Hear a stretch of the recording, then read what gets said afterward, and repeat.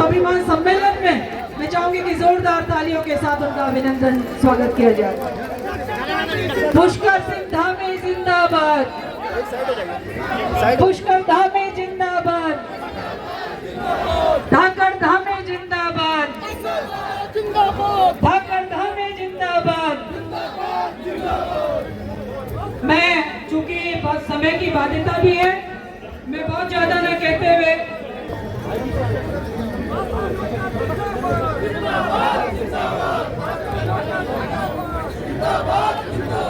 Sir एक photo माननीय मुख्यमंत्री जी का मैं चाहूंगा कि खुले हम सब मातृशक्ति मिलते हैं और हमारे सभी साथी मिलते हुए जोरदार तालियों के साथ फिर से अभिनंदन, फिर से स्वागत, फिर से अभिनंदन, फिर से स्वागत। धाकड़ धामी जिंदाबाद, पुष्कर धामी जिंदाबाद। महाराज जी भारत माता की जय, भारत माता की जय, भारतीय जनता पार्टी, भारतीय जनता पार्टी।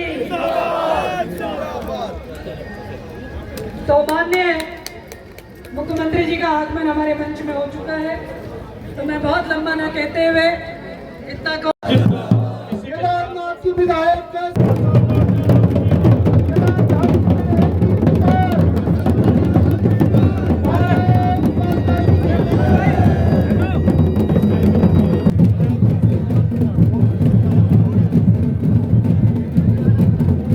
ढोल दमाऊं बजाकर स्वागत किया, अभिनंदन किया। मैं भी इस अवसर पर आप सबका हृदय से अभिनंदन करता हूं, आप सबका स्वागत करता हूं। और निश्चित रूप से आज इस सम्मेलन में जो कोने कोने से मातृशक्ति आई है, उस मातृशक्ति को भी मैं प्रणाम करता हूं। और इस अवसर पर मैं इस क्षेत्र की पूर्व विधायक शैला रानी दीदी को अपनी श्रद्धांजलि अर्पित करता हूं कि उन्होंने अंतिम सांस तक इस क्षेत्र के विकास के लिए लगातार काम किया, लगातार वो चिंता करती थी। भले ही अब वो हमारे बीच में नहीं है, लेकिन मैं आप सबको विश्वास दिलाता हूं कि इस क्षेत्र के विकास को लेकर जो उनके मन में सपने थे, जो उनकी कल्पना थी, आज मैं इस मंच से कहना चाहता हूं कि हम उन सपनों को धरातल पर उतारेंगे, उन सपनों को हम पूरा करेंगे। और इसके लिए मुझे आप सबके सहयोग की आवश्यकता है, आप सबका आशीर्वाद चाहिए, आप सबका समर्थन चाहिए, आप सबका स्नेह चाहिए। तो निश्चित रूप से हम उन सभी कामों को आगे बढ़ाएंगे। इसीलिए मैं आज आप सबके बीच में इस केदारनाथ विधानसभा क्षेत्र से भारतीय जनता पार्टी की प्रत्याशी बहन आशा नौटियाल जी के लिए आप सबका समर्थन मांगने के लिए आप सबके बीच में आया हूं। आप सभी जानते हैं पिछले लंबे समय से, लगभग 3 दशक से भी अधिक समय से आप सबके बीच में रहकर केदारनाथ विधानसभा को आगे बढ़ाने के लिए, यहाँ के हर वर्ग को आगे बढ़ाने के लिए समर्पित भाव से लगातार काम करती रही है। आज उन्हें भी आपके समर्थन की आवश्यकता है। मैं देख रहा था जब वो भाषण करने आई थी तो वो इतनी भावुक हो रही थी कि आप सबसे अपनी बात भी पूरी नहीं कर पाई, ठीक से बोल भी नहीं पा रही थी। आप समझ सकते हैं, लगातार क्षेत्र में काम करने के बाद आज उनकी भी एक परीक्षा हो रही है, और इस परीक्षा में वो अकेले नहीं है। ये आप सब लोगों को समर्थन देना है, आप सब लोगों को आशीर्वाद देना है। भाइयों बहनों, पहले की सरकारें केवल दिखाने के लिए हमारे अनुसूचित समाज की बात करती थी, शिल्पकार समाज की बात करती थी, लेकिन काम कुछ नहीं करती थी। अगर किसी ने काम किया है धरातल पर, किसी ने उनके कल्याण के लिए, उनके उत्थान के लिए, उनके विकास के लिए किसी ने काम किया है, तो 2014 के बाद चाहे अनुसूचित समाज हो, चाहे अनुसूचित जनजाति समाज हो, चाहे वो हमारा शिल्पकार समाज हो, उस समाज को आगे बढ़ाने का काम किसी ने किया है तो हमारे देश के यशस्वी प्रधानमंत्री भारत माँ के लाल नरेंद्र मोदी जी ने किया है। भाइयों बहनों, उन्होंने समर्पित भाव से काम किया है। आज चाहे कोई क्षेत्र हो, शिक्षा का क्षेत्र हो, चिकित्सा का क्षेत्र हो, चाहे वो आज अनुसूचित वर्ग हो या जनजातीय समाज हो, उनके विशेष हितों को ध्यान में रखकर आज अनेक अनेक योजनाएं देश और प्रदेश के अंदर बनाई जा रही हैं। पहली बार 26 नवंबर 1949 को, जिस दिन बाबा साहब अंबेडकर ने देश को संविधान सौंपा था, आदरणीय प्रधानमंत्री मोदी जी ने उस संविधान दिवस को मनाने की प्रथा को प्रारंभ किया है। संविधान को राष्ट्रीय पर्व के रूप में मनाने का निर्णय लिया है। इस दिन को बाबा साहब से जुड़े हुए अनेक स्थल, कुछ महत्वपूर्ण स्थल जिनको भव्य पंच तीर्थ का निर्माण अगर किसी ने करवाया, किसी ने देश की आजादी के बाद इस दिशा में सोचा, तो काम भी किसी ने नहीं किया, केवल हमारे प्रधानमंत्री नरेंद्र मोदी जी ने किया। चाहे ST वर्ग के उत्थान के लिए आम बजट में बढ़ोतरी करनी हो, या जो अनुसूचित वर्ग के उत्पीड़न के लिए कानून बना था उसको संशोधित करके और सख्त बनाने का काम भी नरेंद्र मोदी जी की सरकार ने किया है। आदरणीय मोदी जी ने अनेक ऐसे काम किए हैं जिससे हमारे अनुसूचित और जनजाति के समाज के लोगों के आर्थिक, शैक्षणिक और सामाजिक रूप से उनकी स्थिति हर दृष्टि से मजबूत हुई है। हर दृष्टि से उनको आगे आने का मौका मिला है। अगर मैं इसकी बात करूं, एक प्रश्न मेरे मन में आ रहा है, तो आप सबके मन में भी ये प्रश्न आ रहा होगा कि क्या देश की आजादी के बाद कभी किसी ने सोचा कि अनुसूचित वर्ग में पैदा हुए किसी व्यक्ति को देश के सर्वोच्च पद पर होना चाहिए? किसी ने नहीं सोचा भाइयों बहनों। 60 सालों तक देश के अंदर कांग्रेस पार्टी की सरकार रही है, 60 सालों में नहीं सोचा गया। अगर किसी ने पहली बार सोचा तो हमारे प्रधानमंत्री नरेंद्र मोदी जी ने सोचा कि रामनाथ कोविंद जी, जो एक सामान्य अनुसूचित वर्ग में पैदा हुए, एक परिवार में पैदा हुए व्यक्ति को देश की सर्वोच्च पद पर बैठने का अवसर प्रदान हुआ, दायित्व निभाने का अवसर। अनुसूचित जनजाति में पैदा हुई सामान्य परिवार में द्रौपदी मुर्मू जी को देश का राष्ट्रपति बनाने का काम हो। ये ऐसे अनेक काम है। संवैधानिक संस्थाओं में अनेक जगह पर लोगों के मनोनयन का मामला हो, हर दृष्टि से मोदी जी ने काम किया है। भाइयों बहनों, ये बात बाबा साहब अंबेडकर का अनादर करने वाली और सीताराम केसरी जी को जबरन अध्यक्ष पद से हटाने वाली ये कांग्रेस क्या जाने। कांग्रेस वाले कभी इतनी गहराई में नहीं गए कि आखिर इस प्रकार के उनके कृत्यों से पूरे अनुसूचित समाज के दिल पर क्या गुजरती होगी, क्या महसूस होता होगा। आदरणीय मोदी जी के मार्गदर्शन में भाइयों बहनों, आज हमारे प्रदेश में भी, चाहे वो शिक्षा का क्षेत्र हो, स्वास्थ्य का क्षेत्र हो, कनेक्टिविटी, पेयजल, ऐसे अनेक क्षेत्रों का तेजी से विकास हो रहा है। अगर मैं केदारनाथ विधानसभा की बात करूं तो लगभग एक बहुत बड़ा, अगर कर्णधार की मैं अनुसूचित बस्ती में दुर्गा माता मंदिर का सौंदर्यीकरण की बात करूं, या शिवपुरी के भंगार तोक से अनुसूचित बस्ती तक सीसी मार्ग के निर्माण की बात करूं, ये लगभग हमारे 100 के लगभग एक काम है जो अभी ये जो चुनाव की आचार संहिता केदारनाथ उपचुनाव की जारी हुई है, उससे पहले ही हमने सबको स्वीकृति प्रदान कर दी है। 6 करोड़ रुपए की धनराशि और इससे कई सारे प्रस्ताव आज घोषणा के रूप में, सब शासनादेश के रूप में निकल चुके हैं। ऐसे अनेक काम। और आज अगर हम केदारनाथ धाम के विकास की बात करें तो हमारे प्रधानमंत्री मोदी जी के नेतृत्व में 2014 के बाद 2000 करोड़ रुपए से भी अधिक की धनराशि से वहां पुनर्निर्माण के काम चल रहे हैं। वहां कंट्रोल रूम बन रहा है, अस्पताल, ऑक्सीजन पार्लर, पुलिस थाना, प्रशासनिक भवन, तीर्थ पुरोहितों के लिए आवास बनाना हो, इकाइयां, धर्मशाला आदि का निर्माण किया जा रहा है।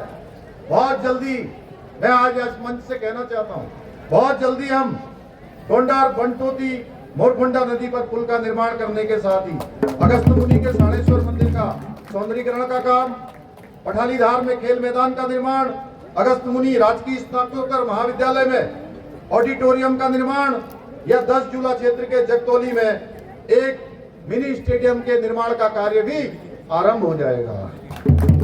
भाइयों बहनों, आदरणीय मोदी जी की प्रेरणा से हमारी राज्य की सरकार अनेक विकास के कामों को आगे बढ़ा रही है, विकास को भी आगे बढ़ा रही है, विरासत का भी संरक्षण कर रही है।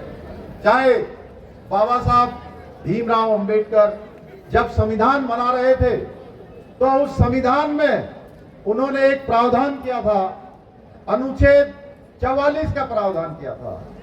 उस 44 में है कि देश के अंदर सबके लिए एक समान कानून लागू होना चाहिए, सबके लिए यूसीसी लागू होना चाहिए भाइयों बहनों। किसी पंथ का हो, किसी समुदाय का हो, किसी धर्म का हो, सबके लिए, देश में रहने वालों के लिए एक कानून लागू होना चाहिए। और ये बाबा साहब ने इसका प्रावधान देश के संविधान में किया। हमने बाबा साहब के संविधान के प्रावधान को धरातल पर उतारते हुए सबसे पहले देश की आजादी के बाद पहला गौरव किसी को प्राप्त हुआ है बाबा साहब के सपनों को धरातल पर उतारने का, तो देवभूमि उत्तराखंड को हुआ है। हमने यूसीसी का कानून बना दिया है। भाइयों बहनों,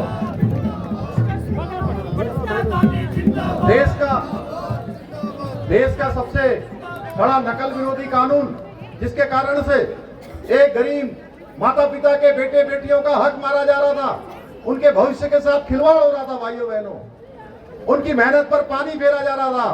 गरीब माता पिता अपने बेटे और बेटियों को पढ़ाते थे, लिखाते थे, अपना खाना न खाकर, अपने कपड़े न पहनकर, अपने सारे खर्चों में कटौती करके, लेकिन जब रिजल्ट आता था तो उनका नंबर नहीं आता था। उनके अंदर प्रतिभा भी थी, योग्यता भी थी, क्यों नहीं आता था? क्योंकि नकल माफिया उनके भविष्य के साथ खिलवाड़ करते थे। भाइयों बहनों, हमने इस नकल माफिया की कमर तोड़ने का काम किया है। 100 से ज्यादा नकल माफिया को काम किया है। और इस नकल के कानून के लागू होने के बाद 18,500 हमारे उत्तराखंड के भाई बहनों को आज पारदर्शी तरीके से चयन का अवसर मिला है, उनको नौकरियां मिली हैं। अभी पीसीएस परीक्षा का रिजल्ट निकला है। हमारे इस रुद्रप्रयाग जनपद के भी कई हमारे भाई और बहन, कई बेटे बेटियां वो एसडीएम बने हैं, तहसीलदार बने हैं। ये क्रम हमारा रुकने वाला नहीं है, हम इस क्रम को आगे बढ़ाने वाले हैं। और जितने भी पद उत्तराखंड के अंदर रिक्त हैं, उन सभी पदों पर भर्ती की प्रक्रिया करने वाले हैं। चाहे प्रदेश के अंदर सख्त धर्मांतरण का कानून लागू करना हो, या प्रदेश के अंदर दंगा रोकने के लिए दंगा रोधी कानून बनाना हो, या लैंड जिहाद के खिलाफ या थूक जिहाद के खिलाफ कड़ी कार्रवाई करनी हो, हमने वो सब काम किए हैं भाइयों बहनों। हमने राज्य की सुख शांति को बनाने के लिए हर संभव प्रयास किया है। और शीघ्र ही मैं आज फिर कह रहा हूं इस बाबा केदार की भूमि से कि हम शीघ्र ही निकट भविष्य में एक सख्त भू कानून भी प्रदेश के अंदर लाएंगे, जिससे प्रदेश का जो मूल स्वरूप है उसके साथ कोई खिलवाड़ न कर पाए, कोई छेड़छाड़ न कर पाए। भाइयों बहनों, हमारी सरकार हमेशा जन कल्याण और जन भावनाओं को ध्यान में रखते हुए अपने फैसले हमने लिए हैं। मुझे राज्य की मुख्य सेवक की जब जिम्मेदारी मिली थी, 4 जुलाई 2021 को मैंने पद और गोपनीयता की शपथ ली थी। तभी मैंने केदारनाथ बद्रीनाथ क्षेत्र के तीर्थ पुरुषों में, उसी समय मैं नया इस पद पर, इस दायित्व पर आया था। चारों तरफ से हमारे तीर्थ पुरोहितों ने, हक हकूकधारियों ने, हमारे धार्मिक संगठनों ने, चारों धामों के लोगों ने मुझे कहा कि देवस्थानम बोर्ड को जो है, इससे हमारे जो अधिकार है वो कम हो रहे हैं, हमको अनावश्यक रूप से काम करने में दिक्कत हो रही है, आप इसको अभी भंग कर दीजिए। भाइयों बहनों, मैंने कमेटी का गठन किया, श्री मनोहर कांत ध्यानी जी की अध्यक्षता में कमेटी बनाई, और आपकी समस्याओं को ध्यान में रखते हुए उस समय हमने देवस्थानम बोर्ड को भंग किया था। इतना ही नहीं, 2021 में जब यात्रा बंद हो गई थी, सतपाल महाराज जी भी मंच पर हैं, हम लोग लगातार कोर्ट में लड़ाई कर रहे थे, हम हाई कोर्ट से सुप्रीम कोर्ट तक गए थे, लेकिन यात्रा शुरू नहीं हो पा रही थी। उस यात्रा को भी फिर से हमने प्रारंभ करवाने का काम किया। और अगर आप अंदाजा लगाएंगे, पिछले 3 सालों में अगर देश की आजादी से लेकर अब तक सबसे ज्यादा यात्रा कभी हुई है तो इन 3 सालों में हुई है। इस वर्ष भी जबकि 56 दिन यात्रा कम हुई। 56 दिन यात्रा कम होने के बाद, आपदा की स्थिति आने के बाद 16.5 लाख से भी ज्यादा तीर्थयात्रियों ने केवल और केवल बाबा केदार के दर्शन किए हैं। भाइयों बहनों, 46 लाख पूरे चारों धामों के दर्शन हुए। अब कांग्रेस के पास कोई मुद्दा नहीं है, कांग्रेसी लोग आ रहे हैं, केवल नेगेटिव बातें कर रहे हैं भाइयों बहनों, इसलिए वो झूठ फैलाने का काम कर रहे हैं, अफवाह फैलाने का काम कर रहे हैं। प्रदेश में आप सबको याद होगा 2022 में जब चुनाव हो रहे थे, कांग्रेस के लोग क्या कह रहे थे, इनके एक पूर्व मुख्यमंत्री कह रहे थे कि, अभी मैं देख रहा था 2 दिन पहले यहीं से उनका बयान आ रहा था कि पुष्कर धामी शंकराचार्य बन बैठे हैं। भाइयों बहनों, केदारनाथ की शिला दिल्ली में स्थापित करने गए थे। मैं बाबा केदार की सौगंध कसम खा कर कहता हूँ, मैं सौगंध खाकर कसम खाता हूँ कि मैंने कभी ऐसा काम नहीं किया। ये सिर्फ कांग्रेस की झूठी अफवाह है। हम तो यात्रा को बढ़ाने के लिए लगे हुए हैं। हाँ, दिल्ली में बसे हुए कुछ उत्तराखंड वासियों ने, कुछ प्रवासियों ने मुझे दिल्ली में एक मंदिर के उद्घाटन के लिए बुलाया था, परंतु जैसे ही हमें यह एहसास हुआ कि उन लोगों ने इस मंदिर का नाम केदारनाथ मंदिर रखा है, हमने तुरंत मंत्रिमंडल की बैठक बुलाई और मंत्रिमंडल की बैठक बुलाकर हमने एक सख्त प्रावधान कर दिया, मंत्रिमंडल में पारित कर दिया कि कोई भी हमारे 4 धामों के नाम से कहीं कोई इस प्रकार के मंदिर नहीं बना पाएगा, इन 4 धामों का कोई उपयोग नहीं कर पाएगा। भाइयों बहनों, हमने सुनिश्चित किया केदारनाथ, बद्रीनाथ, गंगोत्री और यमुनोत्री के नाम से कोई भी मंदिर या ट्रस्ट नहीं बनेगा। अगर किसी ने 4 धाम के नाम से ये मंदिर बनाने की कोशिश की, ट्रस्ट बनाने की कोशिश की, उसके खिलाफ कठोर कार्रवाई की जाएगी। आज ये जो कांग्रेस के लोग हैं, ये जो झूठी अफवाह फैला रहे हैं, उनसे मैं पूछना चाहता हूं, आज इस मंच से मैं पूछना चाहता हूं कि फरवरी 2015 में जब हरीश रावत जी ने मुख्यमंत्री रहते हुए और गणेश गोदियाल जी ने बीकेटीसी के चेयरमैन रहते हुए मुंबई के बसई में बद्रीनाथ मंदिर का निर्माण हुआ था कि नहीं हुआ था, वो बताएं लोगों को। उनको बताना चाहिए कि इसमें सच्चाई क्या है, उस समय क्या मंदिर बना था कि नहीं बना था। मैं बाबा केदार के इस मंच से कोई झूठी बात नहीं बोलना चाहता, उनसे पूछना चाहिए उस मंदिर के शिलान्यास में क्या हरीश रावत जी मौजूद थे कि नहीं थे। आप सभी को पता है ऐसा हुआ था, लेकिन तब ये कांग्रेस के नेता, ये कांग्रेस के पदाधिकारी, उनके कार्यकर्ता कहां गए थे भैया, कहां सो गए थे उस समय। हमने तो बड़ा कानून बना दिया, ऐसे लोगों के लिए उन्होंने उस समय कोई कानून क्यों नहीं बनाया।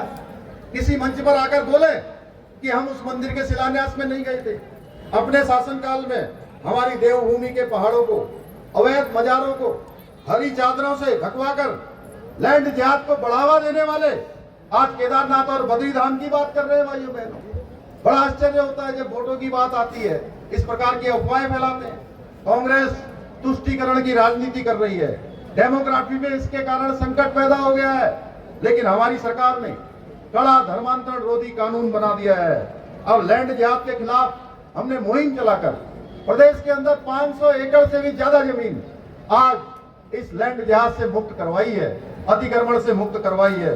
भाइयों बहनों, कहीं भी राज्य के अंदर आपदा आती है, कोई संकट आता है, कोई परेशानी आती है, अधिक बर्फबारी होती है, अधिक पानी बरसता है, अधिक जल भराव हो जाता है या भूस्खलन हो जाता है, तो मैं स्वयं ग्राउंड जीरो पर आकर बचाव कार्यों का जायजा लेता हूं।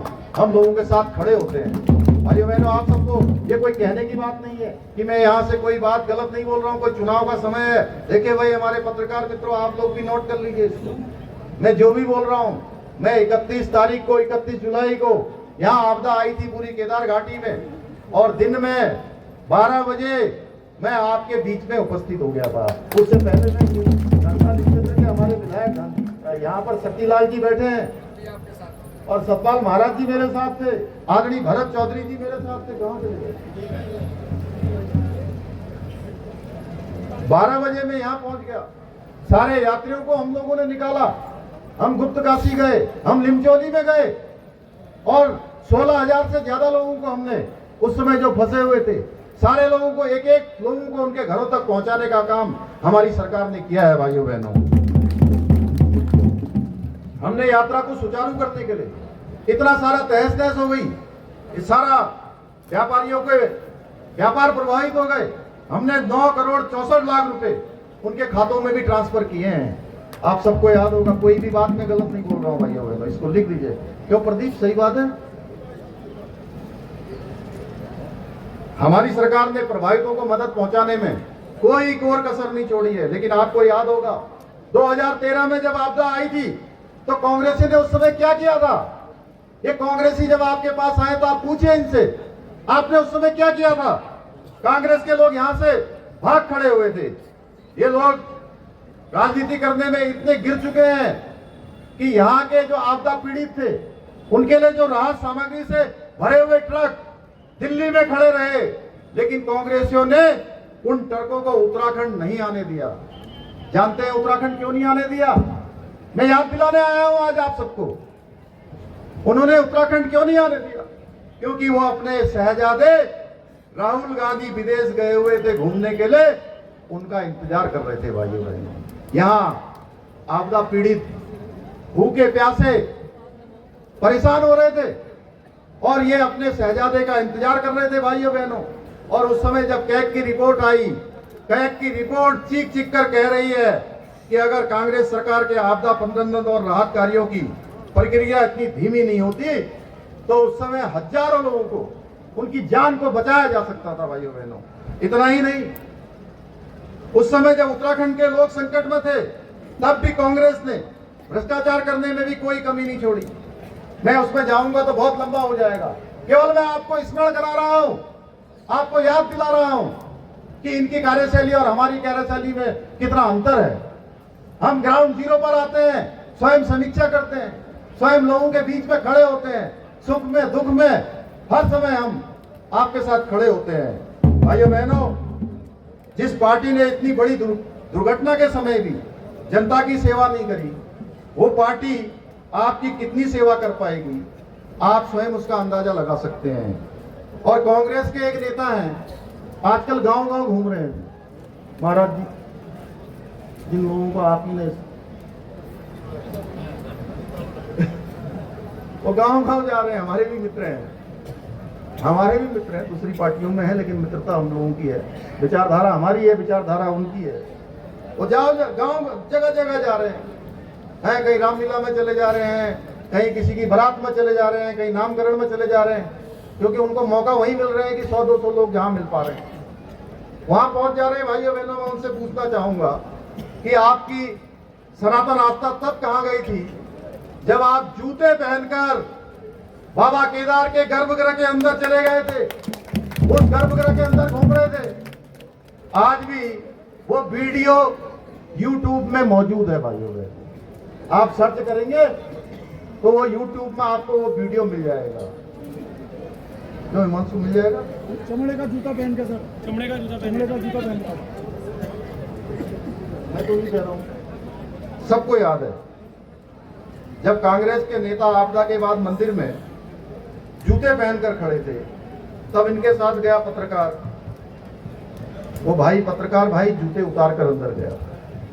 अगर ये कहीं गलती से चले गए थे, याद नहीं था, बर्फ जम गई थी, वहां पर कुछ हो गया था, मैं गलत तो नहीं कह रहा हूं मेरे भाई, आप लोग बता दो जरा, मैं इनसे नहीं पूछ रहा हूं, हमारे ढोल दमाऊ वाले वाद्य यंत्र वाले भाइयों से भी नहीं पूछ रहा हूं, मैं आप लोगों से पूछ रहा हूं, जरा बताओ, मैं कोई गलत बात तो नहीं कह रहा हूं, मैं झूठ तो नहीं कह रहा हूं ना? भाइयों बहनों, इस धूर्त और भ्रष्टाचारी कांग्रेस के नेताओं के पास अब कोई मुद्दा नहीं बचा, तो ये क्षेत्रवाद को बढ़ावा देकर उत्तराखंड के लोगों को आपस में लड़ाने की सारी रच रहे हैं। कांग्रेस के लोग अब ये अफवाह फैला रहे हैं कि धामी सरकार यात्रा का रूट कुमाऊं की तरफ मोड़ रही है। क्या कोई ऐसा कर सकता है भाइयों बहनों? आप बताइए। महाराज जी और हम एक मीटिंग में थे अभी, 4 धाम के होटल व्यवसायियों के, हमारे जितने तीर्थ पुरोहित समाज के लोग, धार्मिक संगठनों के लोग, तो सबको महाराज जी की बात मुझे याद है। आपने कहा अरे भाई, कोई घर से अपनी यात्रा के लिए आता है तो वो 1 साल 6 महीने पहले यात्रा का प्लान बना लेता है कि मुझे गंगोत्री जाना है, मुझे यमुनोत्री जाना है, मुझे केदारनाथ जी जाना है, मुझे बद्रीनाथ जी जाना है। अरे कोई ज्योतिर्लिंग के दर्शन करने आएगा तो कोई यात्रा को कहीं दूसरी तरफ चला जाएगा क्या? कहाँ उल्टा ये यात्रा, कहाँ वो उल्टी यात्रा है, जहां कई 100 किलोमीटर का अंतर है। आप बताइए, 300-400 किलोमीटर दूर यहां से कैंची धाम, अगर मैं जागेश्वर धाम की बात करूं तो 500 किलोमीटर दूर है। अरे केदारनाथ जी ऋषिकेश पहुंचा हुआ आदमी वहां जाएगा क्या किसी के कहने से? या कोई ऐसा कर सकता है क्या? ऐसे धार्मिक स्थलों के साथ कोई नहीं कर सकता भाइयों बहनों। ये सिर्फ और सिर्फ कांग्रेस के बेईमान नेताओं की सोच की उपज है, जिसका वास्तविकता से कोई लेना देना नहीं है। मैं आज इस मंच से ऐसे लोगों से कहना चाहूंगा कि देवभूमि उत्तराखंड के लोग भोले भाले जरूर हैं, लेकिन वह इस तरह के जो झूठी बातें हैं, इस तरह के जो प्रोपेगेंडा है, उनको अच्छी तरह से पहचानते हैं। देवभूमि के लोग कांग्रेस की मंशा क्या है उससे भी भली भांति वाकिफ है।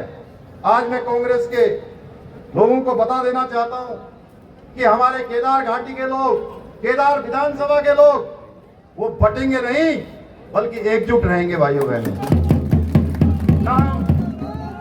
नाम क्षेत्र के आधार पर बटेंगे न जाति के आधार पर बटेंगे।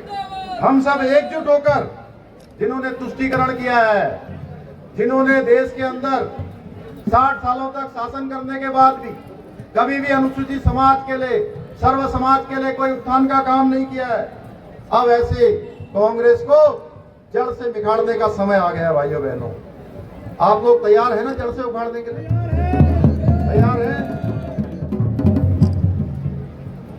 और केदार विधानसभा में आप सब कमल खिलाएंगे ना? मैं आप सबसे पूछने आया हूं। थोड़ा जोर से बोलिए जी, आप ये ढोल दमाओं की आवाज क्या? आशा जी को विजय बनाएंगे। हमारे प्रधानमंत्री जी की जो आस्था है बाबा केदार में, उस केदार को, उस पूरी केदार घाटी को हम सब लोगों ने एक नया स्वरूप देना है। मैं देख रहा हूं इस पूरे कार्यक्रम में बड़ी संख्या में हमारी माताएं आई हैं, बहनें आई हैं, और मैं जब आपको देखता हूं तो सच में मुझे अपनी मां के साथ जो मेरा बचपन ऐसे ही पहाड़ों में बीता, ऐसी कठिनाई में बीता, और मेरी मां से मुझे अत्यधिक लगाव है। और मैं सोचता हूं कि अब मैं अपनी माताओं के लिए, अपनी बहनों के लिए, इस पूरे क्षेत्र को आगे बढ़ाने के लिए, इसको नया स्वरूप प्रदान करने के लिए आप सबके साथ मिलकर एक हम नया केदार बनाएंगे, एक नया स्थान बनाएंगे भाइयों बहनों। इसको एक नवाचार के रूप में, एक यहाँ के स्थानीय उत्पादों के रूप में, अच्छी ब्रांडिंग के रूप में पूरे विश्व के अंदर ले जाने का काम करेंगे। अभी बहन आशा जी जब मुझे प्रसाद दे रही थी तो मुझे सच में उन बहनों की याद आ रही थी जो कम संसाधन होते हुए भी, उनके पास बहुत संसाधन नहीं होते हैं लेकिन उनके पास कौशल की कोई कमी नहीं है, मेहनत की कोई कमी नहीं है, इच्छा शक्ति की कोई कमी नहीं है। ऐसी बहनें निश्चित रूप से आगे बढ़ेंगी। उसके लिए हम सरकार के स्तर पर भी बहुत सारा काम कर रहे हैं और उस काम को हम इस चुनाव के बाद और तेजी से आगे बढ़ाएंगे। मैं आप सबसे यही कहने के लिए आया हूं। और मुझे आज जिस प्रकार से इस पूरे परिसर में, और जैसे ही मैं अगस्त्यमुनि क्षेत्र में आया, जिस प्रकार लोगों ने अपार उत्साह है, उनके अंदर उमंग है, जोश है, मेरे मन में 1% का भी अध्यक्ष जी अब संशय नहीं है कि ये विधानसभा का चुनाव भारतीय जनता पार्टी रिकॉर्ड मतों से जीतने वाली है, रिकॉर्ड मतों से जीतने वाली है। बाबा केदार हम सब पर कृपा करेंगे। मैं आप सबसे यही निवेदन करते हुए कि आशा बहन को एक आशा की किरण के रूप में आपको इस क्षेत्र में मिलेगी, और जो शैला रानी दीदी के काम हैं जो उन्होंने प्रस्तावित किए हैं, उन सभी कामों को धरातल पर उतारने के लिए जी जान से काम करेंगी।